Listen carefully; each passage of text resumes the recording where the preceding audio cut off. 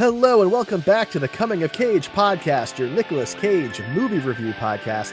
I'm one of your hosts, Derek, and your other host, Ryan, is right over there. Right over there, right over here. We are talking about this week a fun movie, a movie Derek had never seen, and I had seen a couple times. A movie that most movie people love, and most everybody else probably also loves. I don't know. It's a very movie person movie, I think. I think But that's we'll fair. we'll get into that. But it's called Raising Arizona, and if you haven't seen it, it is one of the movies that is probably Nick is most well known for, I would think. It's Right up got to there. be up there, right? I mean, he's very well known for the Holy Trinity, of course, but I got to imagine that this is up there.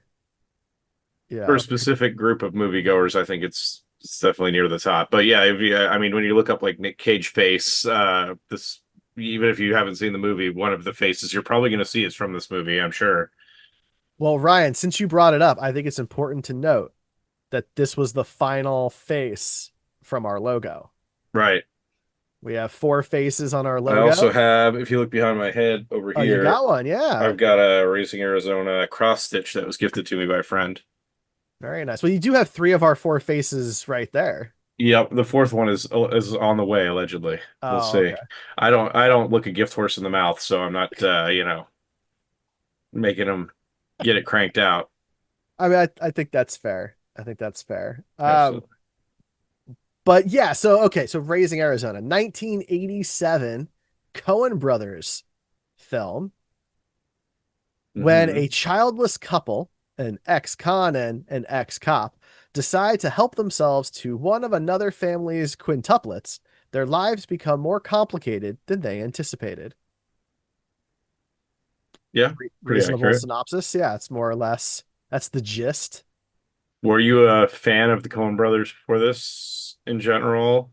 I mean, Aware not of their existence and not seen any of the movies, or just well. I mean, I'm aware of their existence. I think it would be tough to be the kind of like movie people we are without knowing of them. But really, the only Cohen film I like, and I do truly love it, is The Big Lebowski. yeah. One of my all-time favorite movies. John Goodman's in both, so maybe that has something to do with it. I love John Goodman. But Did you add, no spoilers, but did you add another movie to that list of Coen brothers movies that you really truly love after watching this? oh, I see. You're trying to skip ahead a little bit. No, I Yeah. just want to know your general like love it or hate it, Mm, or is mm. it mediocre? I mean, should I play hard to get? I don't, you can I if feel you like want. I It'll feel come like out pretty quick. I need like an audience You response. you can't really hide your feelings on a movie once we No, start discussing it. no. This is a very fun film. It's a very very fun movie. It's got a wonderful cast, right? So obviously Nicolas Cage, but Holly Hunter plays Ed, who is his love interest. You've got John Goodman, of course. William Forsythe is in there. Frances McDormand is in there. Who I mean, she's wonderful, even though she's barely in the movie, but she is great. You know, this is a very fun, unique film. It's stylized in an interesting way. I mean, it's shot if you knowing the Big Lebowski as well as I do, there's a lot of similarities in how these movies are shot and how these movies are kind of put together. And so you can kind of see some of those through lines there. It makes me think maybe I should watch more of their stuff. Maybe that's a gap for me. But in general, when I see a trailer or something like that, they don't interest me a whole lot. I guess I do really do like Fargo quite a bit. You went from like, Um, I'm not really a fan, and now you're like realizing that you are a I fan. I forgot about Fargo. I mean Fargo feels different. And I forgot about Fargo. I I've watched Fargo while in Fargo. I made a point to do that. But like Oh Brother Where Art Thou was I mean it was fine. It's not like a bad movie or anything. It's just not really for me. Um Great soundtrack though. That's fair. Soundtrack's good. True Grit was decent. That was a good movie. But it's just their stuff doesn't usually jump out at me a ton. I've never seen No Country for Old Men, which I probably should. and I never saw Burn After Reading, which I probably should, but maybe I just need to give them some more time. I'll go out on a limb and say I think this is one of my favorite Nick Cage performances within a movie Okay. that we've seen so far. I just every like facial expression that he did, the way he utilized his hair in this, I mean, he just really nailed it. And you really want to root for this guy, even though he's a bad guy. He's just so damn charming, you know? He really nailed that like charismatic, charming criminal thing in this. He perfected it and probably hasn't outdone it this performance in terms of that type of role. No, I think that's a very interesting point. I think you're right. I think this is another example of like, everyone else in the movie is just worse than him, Yeah. so he gets to be the protagonist. But he's not really that bad of a dude. Like, yes, he robs convenience stores, but he never And has a kidnaps loaded weapon. children. Well, that's obviously bad, but that's the crux of the film, right? That whole thing So is we don't bad. count that. Well, we're gonna get to that, but I'm just saying his whole thing in the beginning of the movie, right, is that he never uses ammo. His guns Right. are always unloaded, so no one's ever like really in danger, and that's And why I he think that's keeps why getting let Ed is go. disarmed a bit and like more interested in him because he's clearly not dangerous, even though he is a criminal. And I do think that's why, jumping ahead, at the end of the movie, it resolves the way that it does, because at the end of the day, they're not really bad people. They're flawed people, Yeah. right? But they're not bad people. And there is a difference between those two things, I think. Not to get too philosophical, you know. Well, it's not a podcast with you if it's not philosophical. This movie is rated at a 7.3 out of 10 on IMDb, which is the same as Face Off, Which was our last which episode. was our last episode. It's a Interesting. little crazy to me. Like as much as I like Face Off, I don't know. It's tough to compare the two movies because they're very, very different. But I think Oh, in general, this is a better made movie and more like specific. it is so hard to compare them because like we talked about, and you can hear all of our thoughts if you go back an episode. But I mean, the VFX work and the prosthetics and the practical stuff, it's all really, really good in Face Off. The story is just kind of ridiculous. And here it's the opposite. It's the acting and the story that's the really fun part. Right. And there's not really much in the way of VFX. There is some, No, there's but there's a little bit. There is an equally bad stunt double moment in this movie. for sure. But what are you gonna But do? It was the 80s. right, so it is so hard to compare the And two. that is worth the mention because the Face Off was over a decade later Yeah, like and literally still back had the same 11 problem. years. Yeah, I think that's absolutely worth noting. I will say this movie to me has it's certainly more fun, and I think it's an easier watch Oh than yeah. Face Off, right? Because Face Off has some stuff that is uncomfortable, that could be triggering for some people. It didn't That age well. yeah, exactly. Whereas this is a pretty fun freaking movie. Can you tell me if you watched it with your wife? I did. Because I did ask for you to please have her watch it with you. She wanted to watch this one. Okay. Well, we're going to talk about her reaction at the end because I want to save something for myself to look forward to at the end of this Okay. podcast. I Okay. want to know That's if she fair. was disappointed or not. But That's fair. yeah, we'll get to that. So if you haven't listened to this podcast before and this is your first episode, welcome. This could very well be some people's first episode because it's a very popular movie.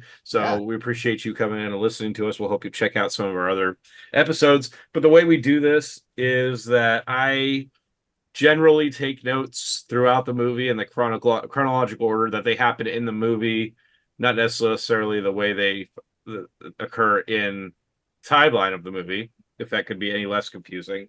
And we just kind of discuss them as we go and try and go through the movie and hit the major plot points and whatnot. I will say this movie, I had significantly less notes than I normally have because probably it was like a lot of the stuff that happens doesn't necessarily drive the plot forward. It's more just like kind of artsy shots and like I don't really know how to describe it, but like it's like conversations between people don't necessarily drive the plot forward and are just done in a way to appeal to the audience in a more artistic way, I think.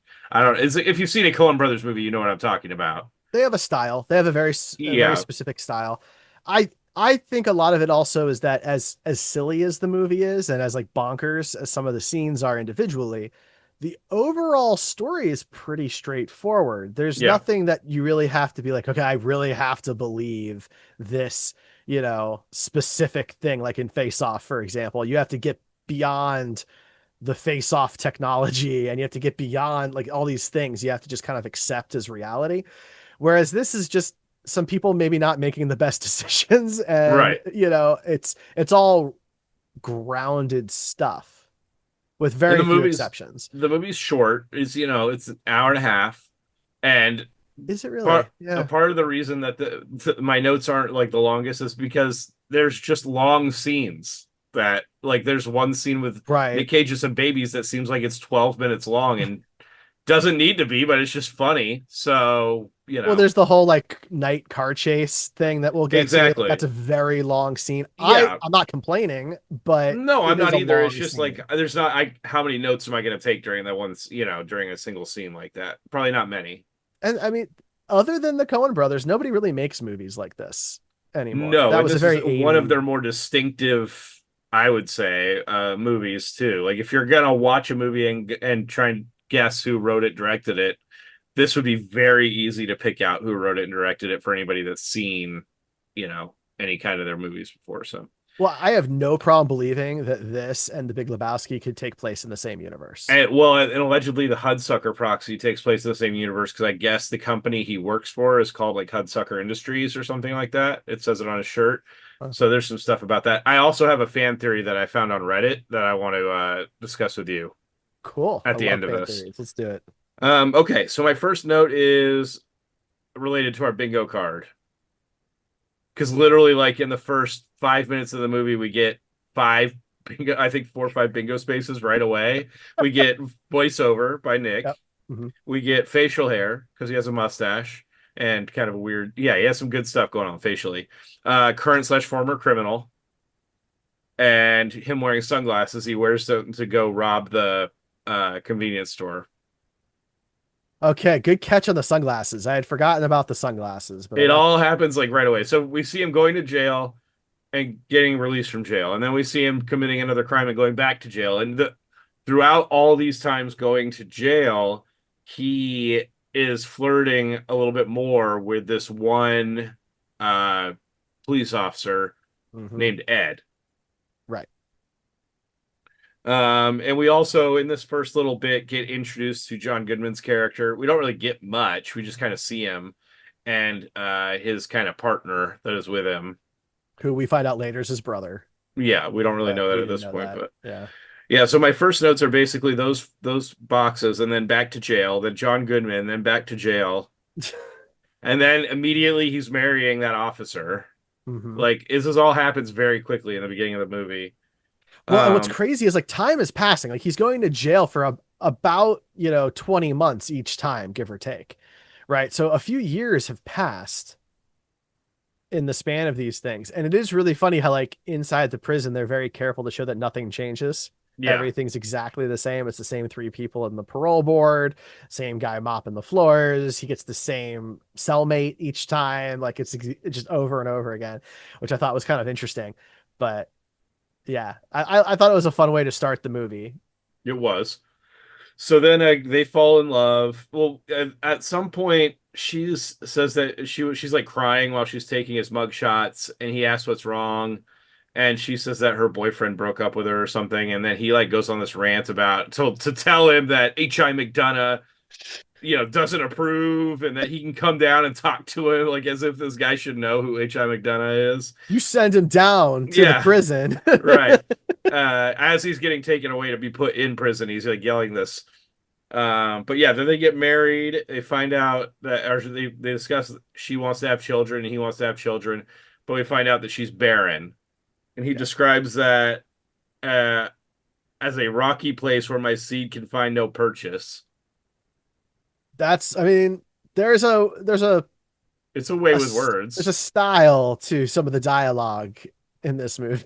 Yes, it's the way that they pronounce some words just cracks me up. I mean, I'm sure that's what it's meant to. There's just some words they say so wrong, but you can still understand what they're saying. And it's just done Right. on purpose for, humorous intent, and it works most of the time. So I have a question for you. Does that count? Does this role count as Nick has a weird accent? Yeah, we counted it for sure because he All definitely does a weird right. voice. Um, we find out about the Arizona Quints, which are the crux of this movie. It's five babies that were birthed by a family with a man named Arizona, last name Arizona, not his real last name, but he owns an unpainted furniture store. Which I guess is a thing. I don't know. Maybe it was in the 80s. Um, but we also see the woman that allegedly gave birth to these five babies, and she's the size of a toothpick. It's like, how are we supposed to believe that this woman gave birth to five children? I think that's part. It's just part of the That funny imagery, I think. is that the really like is that where the movie lost you? You're like, this is Yeah, that was unacceptable. it. I cannot follow the logic of this movie. It wasn't the demon biker from his dreams that shows up later, but That may or may um, not be his son from the future. something like that. Yeah. Um, yeah. Then we after the introduction of the Arizona Quints, that's when we finally get our title screen Yeah, it's like for the 15 movie. minutes into the Yeah, movie. it's pretty deep in there. It's pretty funny. Yeah, Um, caught me off guard for a second.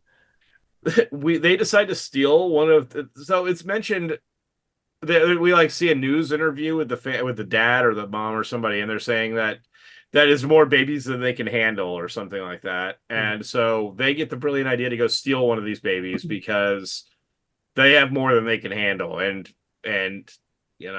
these two can't have a baby because their uterus is a barren wasteland, apparently, where seed can find no purchase. So uh they decide to go steal the baby. So they stack a ladder, or they put a ladder on top of the car, and they just go to this person's house, which is very easy to find. Look, it was 1987. There's no like security cameras or Right. anything like that. And So so this is where we get like the 13-minute Nick Cage with babies scene, where in my mind I'm trying to figure out what the fuck he's doing. Like what is the point of this? I think he's trying to pick the best baby because when he gets back in That's the the only car, thing I that's like can the think whole of thing. too. Yeah. But Yeah, that's the only thing I can think of too. But what's his criteria? that You know what I mean? that's very unclear. He doesn't seem trained for this. Right. But It is a really great scene though, because he's just constantly like he'll set a baby down and then have another baby that's like crawling under the crib, and then another baby is crawling out of the room, and he's just like trying to wrangle five babies, it's kind of Looney Tune-ish, which is great. The you whole know? movie's Looney Tunes. Did you see his hair? Well, that's the thing, right? But like this scene, like it all feels very cartoony, very Looney Tune-y, right? Yeah. Like, Daffy Duck is trying to take care of these five kids is really like what that spoke to for me. Yeah, I mean, I definitely got the same vibe. I think it's supposed to be. And he has a Woody Woodpecker kind of Right. tattoo, and so I think there's some allusions to that. Hmm. Although, is that actually a Woody Woodpecker tattoo? I think because I think it's Was it not? a mascot from a muffler or from like a muffler company or something. Oh, it looked like Woody the Woodpecker to me. I can't remember, but I thought it was like a thrush muffler, or not, maybe not thrush. One of those companies' mascot. That's a bird looking thing. The cigar smoking bird tattoo was originally the logo of Clay Smith Cams in 1950, a Cams, company okay, making high performance engine parts. yeah. So there you So go. it wasn't Woody Woodpecker, but it looks similar. There's definitely some resemblance there. The logo was adopted by Tenneco after the original company went out of business for their muffler line. There you go. There you go. Muffler. Got Yeah, it. Nailed it. yeah, you got it. So yeah, that's a very long scene, but fun. Um, they're making a little bit of noise up there, and it keeps cutting down to the parents It's like just sitting silently next to each other. it's such a And great shot. eventually the guy is like, why don't you go check on him? And we get this like climactic scene of a baby walking out of the room and almost going down the stairs, but Cage catches it just really quickly and apparently gets them all lined back up in their crib Here's the and thing though. escapes out the window. it also kind of tells me that if Nick wasn't there, that baby is just going to go down the stairs because the crib is built the way that it's built. The babies can get out of it. Yeah. So what's happening But on would a the baby normal? have wanted to get out of it if Cage wasn't in there? I mean, there's a lot of questions that are I mean, raised there. as a parent, yes. I'm going to say those babies were 100% not newborn. No, You're a parent, so you know. So I they're think if they huge. wanted to escape before that, they could have. Also, for those who don't know, the more babies the woman has at the time, the person has at the time, the smaller on average they tend to be because they're sharing space and resources. So 5 babies born together as quintuplets would be on the small side. These are big babies. Also, allegedly, they had 15 different babies on set, They t- and they 15, fired one because he started walking during the shoot. 15 babies. Could you imagine what the set must have been like with 15? Because each baby, I think, can only work. I think it's like 20 30 minutes minutes or or something. something Yeah. like that. Yeah, before they need a break. I forget, like that's crazy. They just have like a Yeah. conveyor belt of babies. So Cage escapes out the window. And so the woman, when she comes up, the mom doesn't really notice anything's different. And Nick goes out and talks to his wife and says that he couldn't get any of them.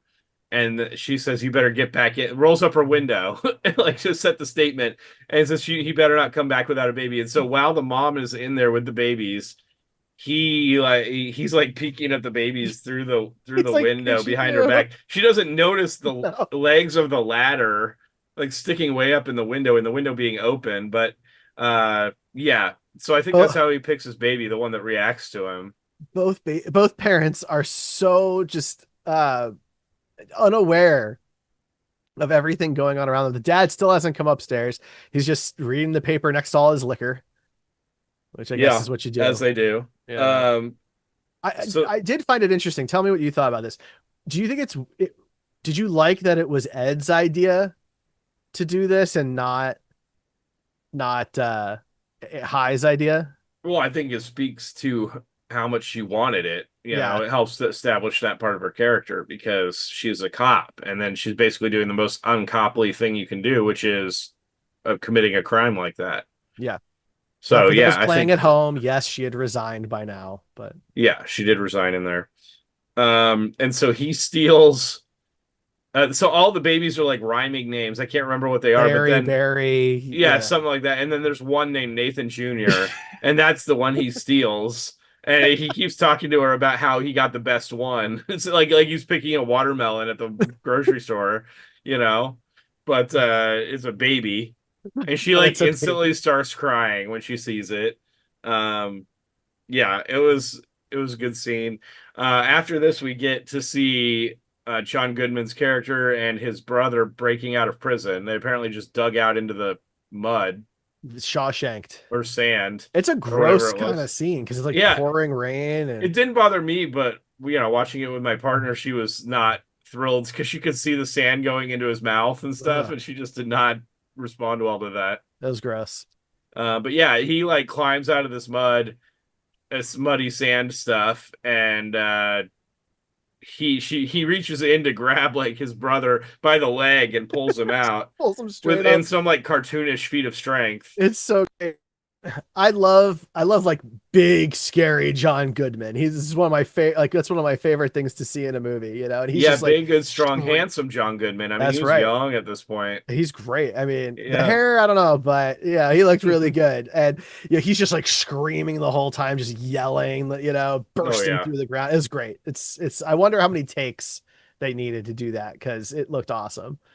So they've broken out of jail and now they steal a car and go to like a rest stop or something.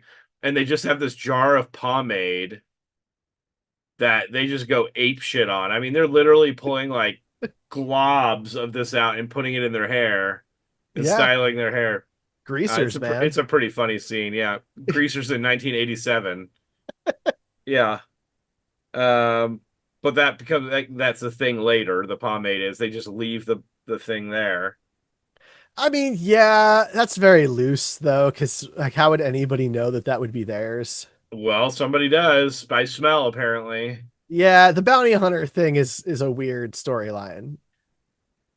So okay, so this is where I start getting. So they go to HI and Ed's house, Hmm. and this is where I'm bringing up the thing, and maybe you could infer something more from it than I can. I feel like there's got to be some sort of something I'm just not smart enough to pick up on at this point. So you'll know that you just watched it, so you know that throughout the movie he's called two things. Some Yeah. people call him HI, Hmm. and some people call him High. Right. Right. Why? I mean, I He think it's doesn't correct either of them. right. Well, I don't think any of them are wrong. And I think some of it's familiarity. Right. Now, I suppose it's possible. I mean, other than John Goodman, who else calls him HI? Isn't it just John Goodman? Pretty much. I mean, Yeah. I think there's somebody early in the movie maybe that calls him HI, but like the parole board calls him High, So maybe and it's a yeah. familiarity thing, and he never really got close to John Goodman's character. Like So maybe that's he's close here. to John Goodman's character's brother, but not Well, him. maybe it's a sign of like maybe it's a sign of who he can like trust or not trust, right? Because John Goodman turns out it's not a trustworthy character for him, right? His brother is just kind of going along with stuff because he's like the younger, smaller brother or whatever, right? But no, everybody else is kind of around to help him out in some way, and everyone who's there to support or help him calls him High. Could be what it is. I don't know. I feel like there's definitely some deeper. I would like to know if they intended something by that I just missed, Or John or if Goodman got the that's. line wrong and they just let him go. I mean, the way his name is spelled, like when you look at stuff, it's HI abbreviated. So, and they said his name is something else. I can't remember, Herbert Yeah, or something like that. because he writes it in the letter. Yeah, I think I've Yeah. got it in my notes somewhere, but I mean, I guess it um, depends how it looked in the script, yeah. right? How do they write it in the dialogue? Well, I'm sure it was all purposeful. I mean, the way Mhm. they write their scripts and use dialogue, they wouldn't have had that be an accident. I agree. Yeah. So yeah, we then these guys want to stay at his house, and Ed, or I say house generously, it's like a trailer. That's a house. It's like a silver trailer. They show it. High in Ed's place? Yeah, they said that like Ed's That's no, parents, it's the house. It's a total house. It's got a full bedroom, bathroom, kitchen, living room. That's a house. as if a trailer doesn't have that. Are you talking about the silver like Yeah, I don't think that's what I think it's they the said house that's that's where. behind it. I don't think so. I Yeah, think because when you see people knocking on the door, it's a you wood don't door. It's you not. don't think there's wood doors on a trailer. Are we talking about the same trailer? I'm Are you pretty talking sure about a trailer home or are you talking about the trailer that's a in some of the trailer home. shots? I don't think it's a trailer home. I think it's just Uh, a ranch style home. Ultimately, it doesn't really matter. So, but yeah, they want to stay there, and Ed Yeah. and HI do not want them. Well, Well, HI is okay with it. Ed is not okay with yeah, it. I'm with Ed Ed. tells them that she needs to go. They need to go. Yeah, because she's worried about him getting back into his criminal side and going back to jail. Well, they're also Um, wanted men, and she doesn't want to be right. associated with that. And Like, she's a former police officer. Yeah. It also brings more attention on their baby, who's now in the news that he was stolen. sure, And instead of changing his name, they're just calling him multiple different Junior. things. Junior is one of them. It's so funny. So at this point, we get the apocalypse biker dream. Right. Which I thought at this point in the movie, I thought that it was supposed to be like, this Nathan Jr. all grown up kind of thing. Because he's got baby shoes and Yeah, he's got the same tattoo, yeah. you know, and it said something about like my mom never loved me or something. I don't know, tattoo, but But like he's portrayed as a very smelly, like he looks maybe not smelly, but dirty. So it was implied smelly, very sweaty, very Mad leather Max. jacket. Yeah, very Yeah. Mad Max looking character. Smokes and just Mhm. doesn't care about anything. Um, but yeah, it's in a dream, and HI is really torn up about this dream. Um, we find out that the FBI is investigating the baby napping, which I Right. think is actually just called a kidnapping. Um, Yeah. because it's still a It's, kid. well, Um, it's kidnapping regardless of the age. Adults can be kidnapped. adult napped. Yeah. So there's a funny scene when they're questioning uh Nathan, with the FBI is like cutting in between the like local cops. Oh, yeah. It's They're just a gonna funny ask. like dialogue. Well, because it shows like a pettiness, Yeah, right? Right. The local cop wants to ask some questions. The FBI is like, "No, we got this," and then asks the the exact same same question. questions and Yeah, relays the answers. Like, come on, guys. and meanwhile, Ed has asked that HI tell his friends, the criminals, to please leave so they could have some pleasant company over, like sophisticated company or whatever. Hmm. And it is funny to see HI like put on different, like a totally different style of clothes and like slick back his hair. He's got those shoes that we Yeah, see multiple exactly. He times. has such a great wardrobe throughout this movie. I mean, literally every outfit is done with such purpose. It's just really good. I can't get over the hair, man. The hair is Oh great. God, it's so good. And apparently that was Nicolas Cage like insisting that Mhm. that's you can tell where HI is at mentally by his hair. But yeah, they have another couple come over, and they kind of split off where the women are hanging out and the men are hanging out. And we got casual discrimination because the man that they're hanging out with makes like four jokes about Polish people and some other crass Yeah, he's jokes. awful. I mean, he's basically playing almost the exact same character he does on Friends. For anybody who sees that, I guess that's just kind of his style. But yeah, Yeah. he's an ass. So I had casual discrimination Pollock joke and then more racist jokes Hmm. after that. So, and then he proposes that they swing, as in like Yeah. couple swap. They're swingers. Yeah, Uh, and so he gets punched in the face for even suggesting it. that caught me off guard because Did it? Nick just decks him, and I wasn't expecting that. Well, but I mean, Nick is emotional at that point. He had just opened up to this guy Sure. about like a feeling that's very hard for men a lot of times to share with anybody, and this guy said he had a solution for him, and so he had his hopes up that it was something that could actually help him, and it turns out to be him having sex with his wife. And so yeah, I mean, I get it. He's in a rough mental place. It doesn't make it okay, but uh Well, you know it's all made even worse when we find out later that he's his boss. This is High's yeah, boss. His so he yeah, he decks his boss, but his boss was also suggesting that they wife swap, swing, yeah, which right? is Like, what do you it's do the with 80s, man. that? Yeah. So yeah, he decides to go rob a store again. They need Huggies, and he does it with his wife in the car. And It's she almost decides, painted like a bit of an addiction, maybe, for him. yeah, and she decides that she's not going to support this, so she takes the car and drives away. And he doesn't really cover his face in the other robberies, but in this one, he puts pantyhose over his face, Yeah. I and guess he cares now because he's got a it family. is a hilarious look. Like I just love it the way his face is all smushed up in that. It's so unhinged. Uh, But yeah, the police get called, and the no again with the guns, nobody can actually hit anybody with guns. People shoot at each other. Not Nick, because his guns there's have no bullets, but there's like the so much shopkeep shooting. has a Everybody. shotgun and it's like 5 feet away and still misses him. There's You know. so much shooting in this big chase And when sequence. the police revolver, yeah, this is kind of the start of this big chase sequence, and I have to think that they did a police revolver that can hold 400 bullets on purpose. Like every gun, it does show them reloading Sometimes. once or twice, Sometimes. but these guns have like an infinite ammo cheat Yeah. because they are all just even like super obviously. There's this one point when there's a double-barreled shotgun In the supermarket. and it shows them reloading it, and then he immediately fires 3 rounds out of it without reloading. Yeah. He just keeps going. I think it's more than three.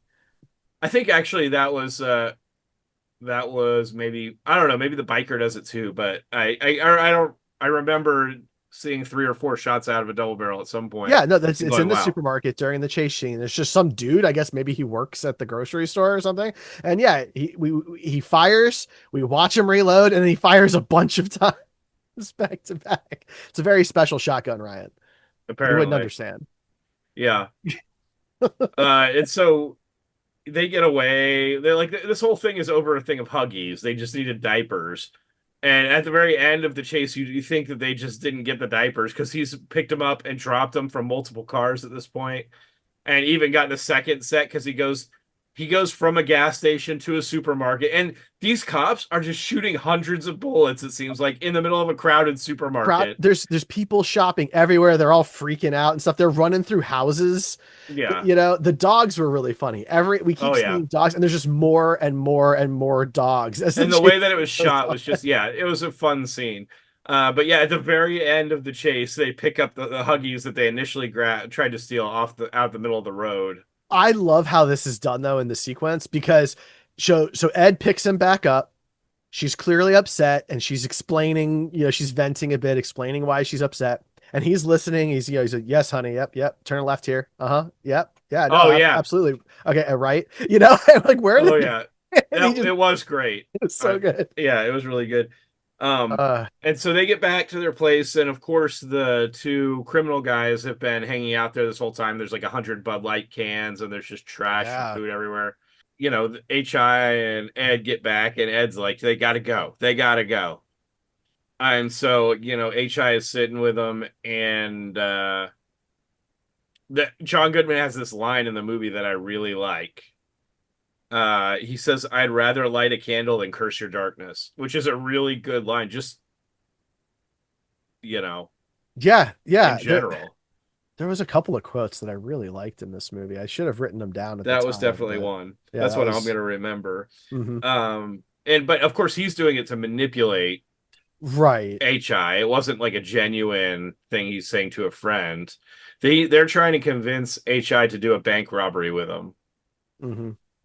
And he doesn't want to, but they're trying to push him to do it because they're seeing the Ed and HI fight, and they're saying that it's probably financial, and he's like, yeah, there's part of it that's financial, and so they're trying to help him with that allegedly, which is really just to benefit them to do the crime. Hmm. Um, And it's an interesting kind of, it's not like a regular bank either. This is clearly a very rural bank. And I guess, and I'm assuming this is true. I didn't really do research on this, but all the farmers get their subsidy money like around the same time at the end of like the month or the quarter or whatever. I think it was quarter. And so that just so happens that tomorrow is that day.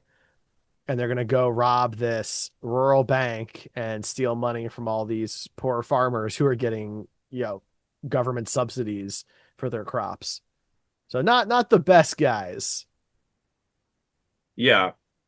Some of my notes I can't really read. I'm having some trouble. If you don't watch, we have a video version of the show. If you're only listening, Ryan's like looking down and Yeah, I'm you trying can to tell it's like trying. while you're talking, I'm trying to decipher what the hell I wrote here. I think it says bank robbery off or op, something like that. Off or what? Or op, like OPP. Oh, bank robbery opportunity, I think is what I was Okay. going Okay. towards. So Yeah. yeah, they're displaying that opportunity. Um, and we find out that the demon guy actually exists. He's been hunting kind of this whole time. They show him find the like pomade can that the criminals left, and it almost seems like he's hunting the criminals. Hmm. Um, but Well, we I think find he out is at first. I think initially because he shows up at the jailbreak and that's who's hiring him. So I think that's his initial goal. right. And we find out that his name is Leonard the Manhunter, and he goes into Nathan Arizona's store, and basically he already said there was $25,000, like if someone can give them the baby back. Hmm. But he wants $50,000. He's gonna find the baby no matter what. It's just whether he takes the baby back to the father or sells it on the black market. Because you still have to have a guy who's the worst guy. You have to have a true villain. And John Goodman's not the villain. He's maybe a wrench, right? But this dude, this is the real bad guy. Right. Um, and at some time around this point, Glenn, which is I think the brother uh No, Glenn's the of John boss. Goodman's character. Oh, is it the boss? Oh Glenn's yeah, the yeah, that's boss. right. Glenn is the boss, the guy that was making the racist jokes. That's who it was. He recognizes this baby. He realizes that this baby is Nathan Jr. Hmm. And so he decides to try and blackmail HI Hmm. because he wants the baby. His wife wants another baby. And so he wants them to give him this baby. So apparently no, everybody just wants to steal this one baby. Everybody, even John Goodman and his brother later, are like, we're gonna keep this kid. Like, what is going on? Yeah. And yeah, obviously he's not going to do that, you Sure. know. Yeah. So, my next note is a trailer fight, which I thought was really fun. It's a great fight scene. Yeah. I It's love not like your close typical quarters. action fight scene. It's more, it's like just a purposeful, like well choreographed close quarters fight scene and does a really good job of utilizing the environment, which I always really appreciate in a fight scene. Well, you've got Um, guys who are like these are not professional fighters, they're not trained assassins or anything like that, right? They rob like banks and convenience stores. So they're yeah. just kind of throwing each other They're just around. brawlers, yeah. Yeah. And John Goodman's a much bigger guy in a small space, Yeah. and HI is, not as big as John Goodman, but it's Certainly. tall. He's still pretty tall, and it's a fun fight. No, it's But great. He's spinning them around. There, this is the scene with the one bad stunt double yeah, where High flips Gale, John Goodman's character, over him. It's clearly not John Goodman, right, but that's it. That's the only time. So, yeah. But the fight is great. And I think if I remember right, they knock out High or something like that because they end up with the baby. because they knock him through the wall between the living room and the bathroom, and Yeah, they get him at that point and they tie him to a chair. that's right. Yeah. Yeah. And so they're able to take the baby because they realize who the baby is also. Well, they overhear the conversation, Yeah, and and they so they see want the that opportunity. money. Right.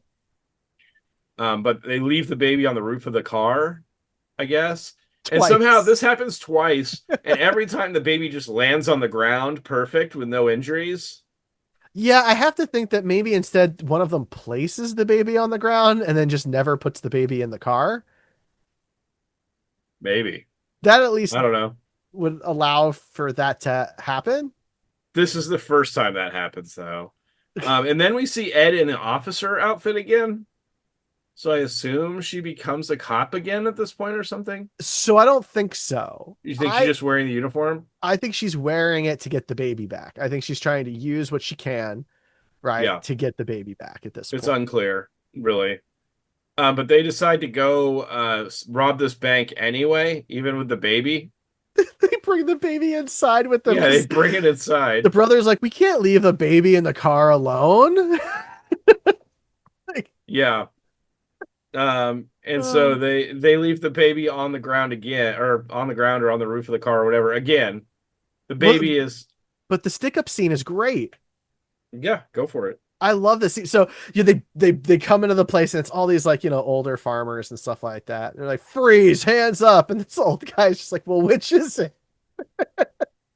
It's just a very fun, like it totally throws off Gale's, John Goodman's character. He's totally thrown off at this point.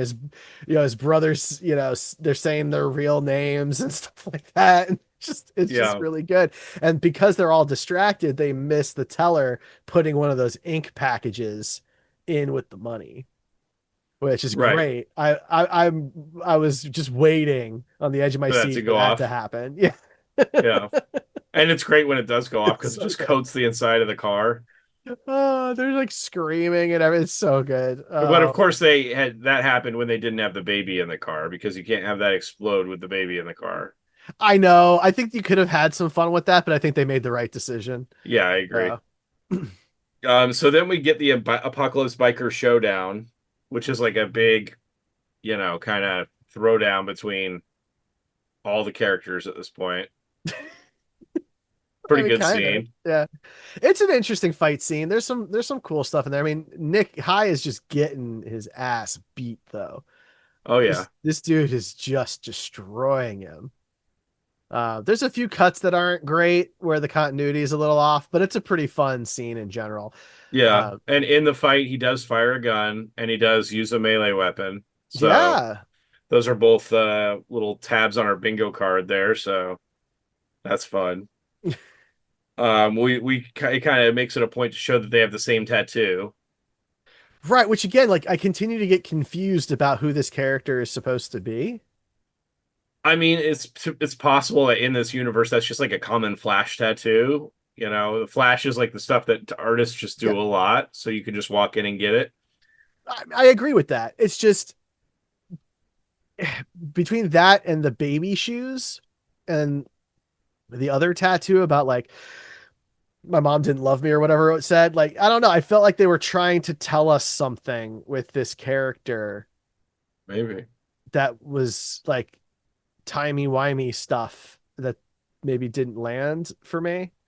But Um, he ends up defeating the guy by pulling a bunch about by pulling grenade pin because this guy had grenades on his belt yeah, or on his like you know whatever he has grenades on his body yeah. whether however they're adhered and he pulls the pin on one and the guy realizes it and tries to get the grenade off and blows up. Um, and so yeah, the fight ends and they end up deciding to return the baby. So that's fun. And they do, they go to return the baby, Yep. which is a pretty funny scene in and of itself because the dad shows up and And that goes way better than it really should. for sure. There's just two strangers in their bedroom with the baby that's been missing, and he's just fine with it, really. He doesn't really seem to care about this baby, to be honest, throughout the whole movie. So it wasn't that surprising to me. Um, my next note is Old Man Nick Old man Nick. Oh, because of when he's like doing the voiceover of like the Yeah, future and stuff like that. Yeah, I wish we could have gotten a in good the look at future him. dreams. Yeah, Yeah, that would have been yeah. fun. That's just kind of the movie there. Yeah, more or less. I mean that's it. We don't really and then, Gale and his brother go back to prison. Yeah, And what I find really interesting about it is less so that they go back, but more that they go back the way they came. The hole is still there. The authorities haven't bothered to patch up this escape route in the prison for some reason. And they just go back the way they came rather than like knock on the front door, which I thought was interesting. right. But yeah, there you have it. There's one death. The biker assassin dude, the bounty hunter, he dies. Everybody else kind of ends up back where they were, more or less, by Yeah. the end of the movie. I don't know. Okay. Are you ready for fan theory time? All right, let's do it. It supports your theory. Oh, well, then definitely. Leonard Smalls, the leather wielding motorcycle riding bounty hunter, is really an older Nathan Jr. Arizona, the fat cheeked Huggies wearing baby MacGuffin. Our first introduction to Leonard Smalls appears in a dream that HI has, where we see him driving away from the camera on a motorcycle while he's equipped with an outfit representative of a near future apocalypse. The epitome of an outlaw, Leonard's outfit has two shotguns, several grenades, abundance of leather. To emphasize his intensity and badass nature, we first see his motorcycle driving with his tires on fire, leaving a trail of burnt rubber on an otherwise desolate Arizona road. This gives us two hints about Leonard's true nature. The first is that Leonard has a strong supernatural connection with HI, reminiscent of the supernatural father and son connection in the original Star Wars trilogy. And the second is that his motorcycle tires leave a trail of fire in their wake, which is eerily similar to the time traveling DeLorean from Back to the Future, which came out 3 years earlier. Mhm. Leonard's entire character motivation is to hunt down Nathan Jr. and get him away from HI, regardless of whether he's returned to his biological father. He doesn't care if Nathan Jr. is returned to his father or not. He simply doesn't want HI to raise him. Perhaps this is because Leonard was raised by HI, who inevitably returned to his outlaw roots and brought Nathan Jr. / Leonard up in that life, hence why he's also a clear outlaw. But he's not just an outlaw. He's an outlaw straight out of a Mad Max style apocalypse. This is another hint at his true origin. He's from the near future where some quasi apocalypse left outlaws to rule, hence his over the top appearance. And his desire to need to take Nathan Jr. away from HI may even allude to the fact that somehow HI raising Nathan Jr. into the life of an outlaw may lead to this apocalyptic scenario. Or at least Leonard believes that it could have been prevented if he could take Nathan Jr. away from HI. This theory is further supported by the fact that Leonard carried baby shoes, looks like a grown-up Nathan Jr., and it has the tattoo in a different location than HI. The baby shoes are his own and serve to remind him of his mission, while the tattoo is not simply identical to HI's. Instead, it's on his chest near his heart. It's a nod and memorial to the father that raised him. Nathan Jr. is never given a proper name by his adopted parents. Maybe they decided Leonard is a good fit. You may be wondering how Nathan Jr. looks like a baby version of Leonard, to which I should remind you that babies change a lot. One thing we definitely know about Nathan Jr.'s appearance, though, is many characters note he has the look of an outlaw. That is true. I will say that. Um, I mean, Lastly, during our dreamed introduction to Leonard, we hear H.I. narrating, telling us, "I feared I myself had unleashed him. In fact, it was raising him in the life of an outlaw that did unleash him." yeah, I'm telling you, man. I don't know that it lands well in the movie because the rest of the movie is very grounded. It's a very like normal world, but that seems to be what they were trying to do. There is a comment, the top comment from this. This is on Reddit, by the way. I want to give credit to Curbs97 for this theory. I like it a lot. And our top comment on this says that to support the theory, Smalls slash Nathan never openly attacked Ed. A boy's love for his mother is a powerful thing. I mean, that's Sure. true. He just chases her a couple of times to try and get the baby. Yeah. I mean, this is a fan theory that's been around for since the movie came out, really. But, this is one that cropped up a few years ago on Reddit and had a pretty good response. So I thought it'd be fun to talk about. Have the Coen Um, brothers ever responded to the rumor? Not that I know of. Hmm. I think it's more fun to just kind of let people run with it. Sometimes, but sometimes they respond.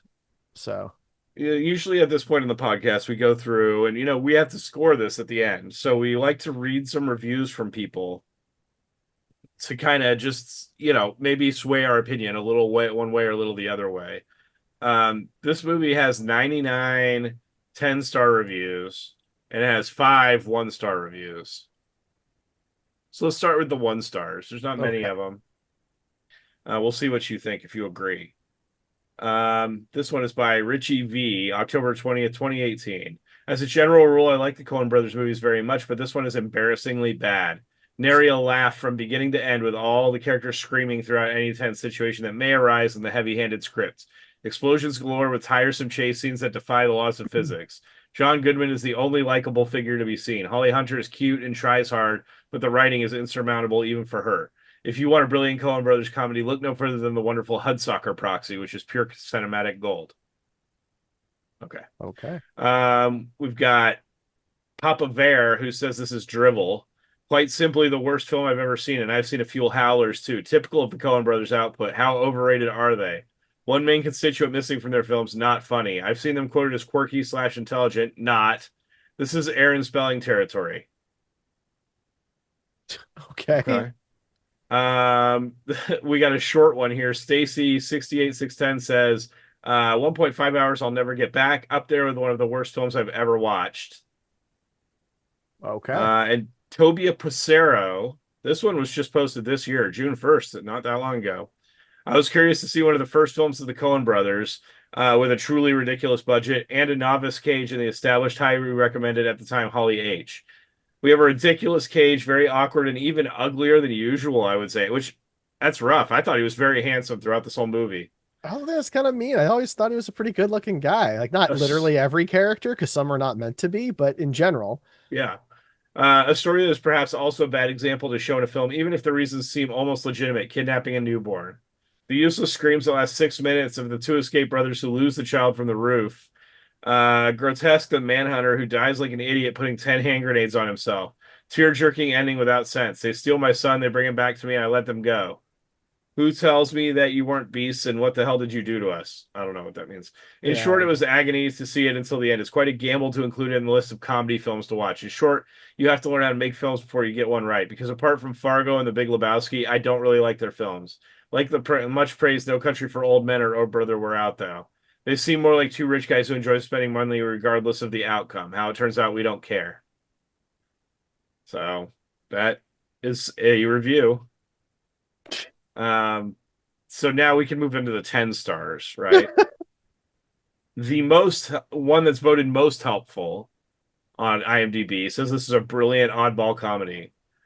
There are really few directors as consistent as the Coen brothers. Their strange sense of humor just works on every movie they make, and it's extremely fun and addictive. With that said, it's difficult to decide which of their movies is the best, but this one is a worthy contender. It's incredibly outrageous, wild, and crazy, but at the same time, it's close and heartwarming. It has a very surreal look yet the emotional scenes still look very genuine, which is quite an achievement. The characters are also vintage Coen. They're all offbeat and weird, but it just raises more sympathy for them. It also helps that they all express themselves through razor sharp dialogues. I could barely make out the lines because I was too busy laughing at the previous lines. You wonder where these keep coming from. This movie isn't like anything I've ever seen. It's astoundingly funny in all its weirdness.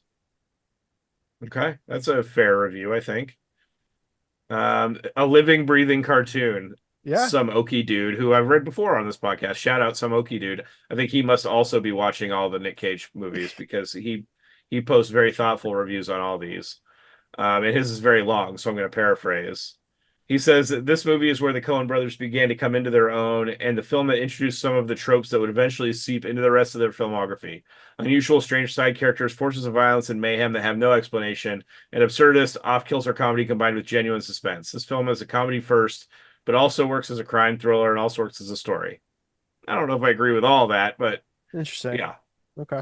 Raising Arizona has some of the most inventive and creative cinematography I've ever seen in film. While it doesn't have the polish of some of their later films like No Country, A Serious Man, or Fargo, they make up for it with creativity and eccentricity. You can say that you may have seen really good-looking films, but none can ever say you've ever seen a movie that's as creatively shot as Raising Arizona is. It's fast, expressive, and exaggerated. The way that the shots play into the physical comedy is just masterful, and I adore how exaggerated everything is. It also plays into one of the finest chase scenes ever put to film. There's never been a film where a chase scene has been so tense, creative, and hilarious all at the same time. The exaggeration that the film shows throughout the runtime earns its title as how Simon Pegg put it, a living, breathing Looney Tunes cartoon. So Simon Pegg apparently agrees with you.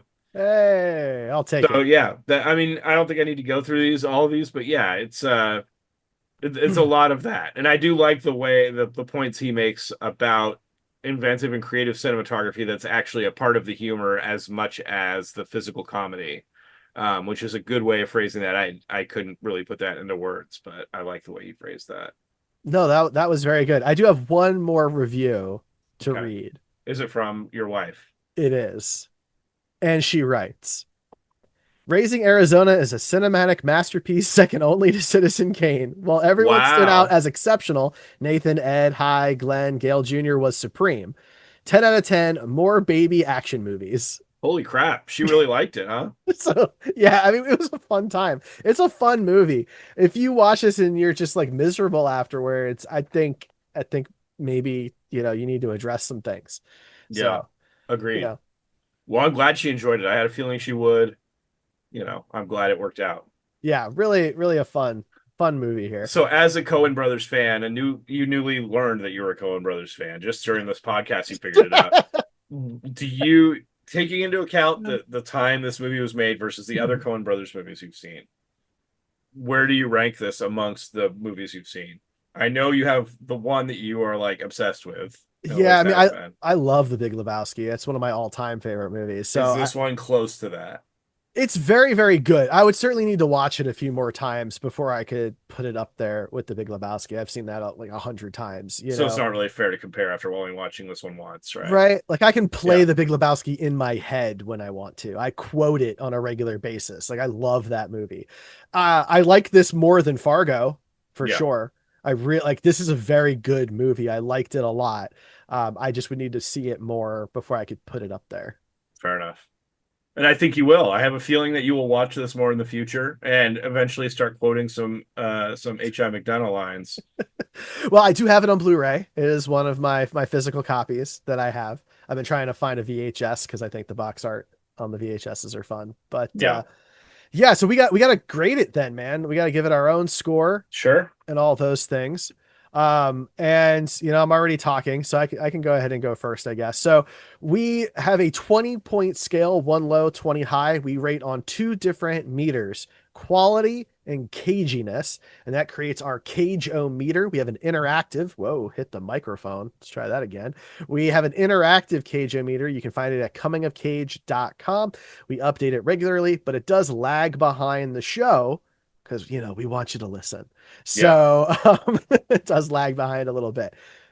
I feel comfortable giving this on quality a 16.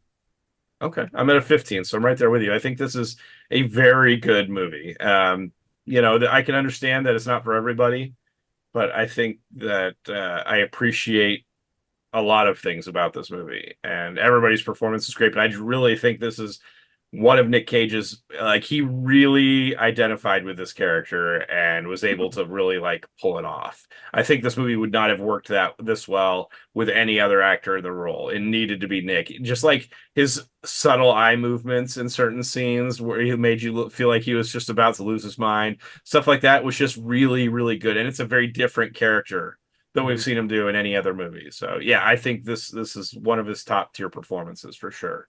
Well, it's something that we've talked about before. We're like, yeah, like he's great in Snake Eyes, Yeah, but like other people could probably have slotted into that sure. role and been okay, other than Yeah. maybe at the very beginning of the movie, but when things get real, Yeah, a lot of actors could have done that. I don't think a lot of actors could have done this movie. no, He this was understood exceptional. what the Coen brothers wanted, and he made it happen.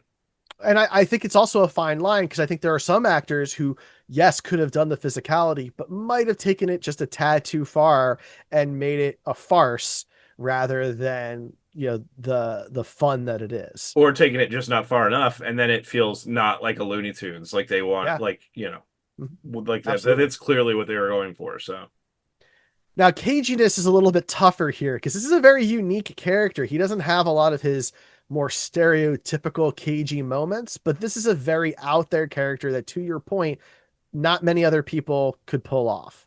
right. And that in itself makes it a very cagey movie. For sure. But I mean, just the voice and the hair, and the certain types of acting that he does that are not traditional, like the way he wanted to utilize his hair to show, how many actors are going to think about that? Most actors probably just going to go to the hair tent and be like, okay, that's fine. I just won't touch my hair. And the way he, like, some of his subtle move, facial, I don't know. I'm going into it a lot. There's a couple scenes where he just did this like one squint with one of his eyes, and for some Yeah, reason in that moment it was hilarious and really worked for the character. because it feels like he's about to snap, Right, you exactly. know? He really nailed that man on the edge feeling. Hmm. Yeah. Yeah, I agree. So, So I okay, think so all of that adds to the caginess, I think it does. even though it's not traditionally what we're talking about. So, what are you feeling then? What's a number? Man, it's probably about, I'm probably right around a 15, Okay. where just like I did for quality. I think this is a rare movie where those two scores are going to match or just be very, very close. Yeah, I think that's very interesting. I was near there. I didn't. So we gave Matchstick Men the same quality scores. Just so Hmm. you know, you gave it a 15, I gave it a 16. We both gave it a 17 on caginess. And I do think that he's more stereotypically cagey In in that one. Matchstick Men, right? Than he is in this. This is a more unique role. So I am tempted to put this just under Matchstick Men. So I'm going Fair to give enough. it I mean, we're not that far off. no. So, yeah, Yeah. So I'm going to give it a 16 on I think that's caginess. totally fair. I'm still, even hearing the matchstick man, maybe second guess my score, but I still stand by that. I mean, traditional caginess, I think, is still much higher in Matchstick Man. This was definitely a different type of caginess. So, They're different it's movies, tough to of compare. course. Yeah. They're both But very good movies. yeah, Uh, if you haven't seen Matchstick Men, you can go listen to our episode 54 on Matchstick Men. But yeah, so there you go. There you have it. So it's a 15 and a half on both, which is a yeah, that's rare going to be double an odd score there. spot near Matchstick Man there. Yeah, I mean it's in the good quadrant. There's Yeah. no doubt about it. This is the high quality, high cagey quadrant, which I mean Only the real gems get to that point. a lot of really fun stuff in there. There's a few of my favorites that don't make it in there, like Pig and Yeah, Adaptation, but there's really great stuff in this quadrant. So, for all sure. right.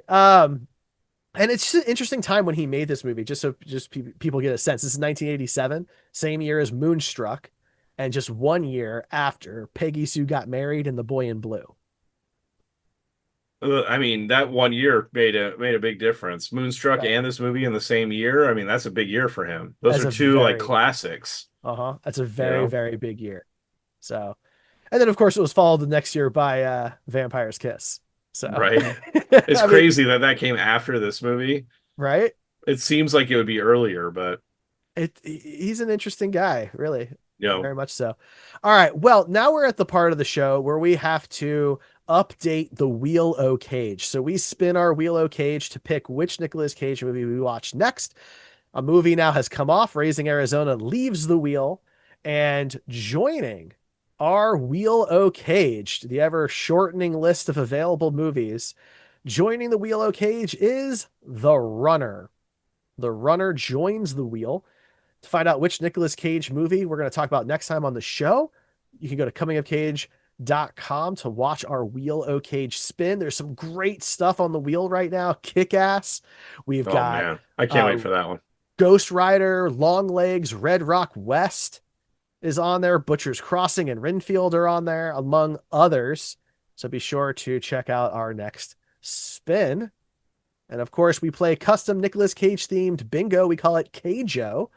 We play that with every movie that we watch. And so you can watch that at comingofcage.com. All of our links are there to find out if either of us got a bingo with Raising Arizona. Ryan, anything else for this flick? Based on our conversation earlier, apparently I'm not to trust, but you are to trust because I kept calling him HI and you called him high. So I just want to notate that. Yeah, I mean, I think that's fair. I think that's a fair analysis. All right, listeners, we'll see you next time.